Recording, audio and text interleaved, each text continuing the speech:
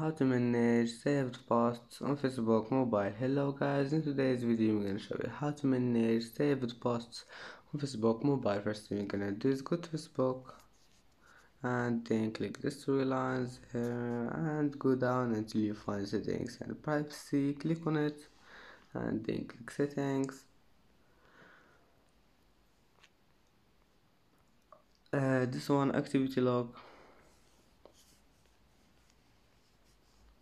interactions, and now click save it.